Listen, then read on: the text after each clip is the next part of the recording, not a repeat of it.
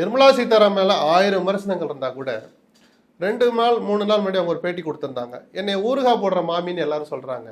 ஏன் ஊறுகா போட்டா என்ன தப்பு? கவலைப்பட மாட்டாங்க. அதுல ஆரம்பிச்சு அவர் கட்டுற புடவைகள்ல ஆரம்பிச்சு நம்ம பாக்குறோம்ல, பொது வழிக்கு ஒரு விஐபி ஒரு செலிபிரிட்டி எப்படி வர்றாங்கன்னு எளிமையா அவர் அணிகிற ஆடைகள் வரைக்கும் ஒரு ஆங்கிள் நம்ம வீட்டு பெண் மாதிரி தெரியறாங்கிறது ஒரு பக்கம் இருந்தா, அந்த பார்வையின் அடிப்படையில் நம்ம சில விஷயங்களை அவர்கிட்ட எதிர்பார்க்கிறோம்.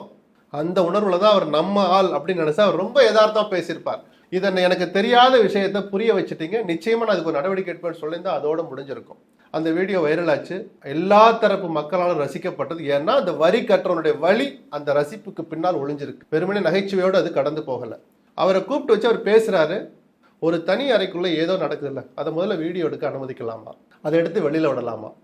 நான் தப்பா பேசல, நான் எந்த கட்சியை சார்ந்துள்ள, அப்படி தவறா பேசினா மன்னிச்சுக்கோங்கன்னு சொல்றாருன்னா, அப்படி மன்னிப்பு கேட்கிற அளவுக்கு ஒரு எதுவுமே தவறா பேசல.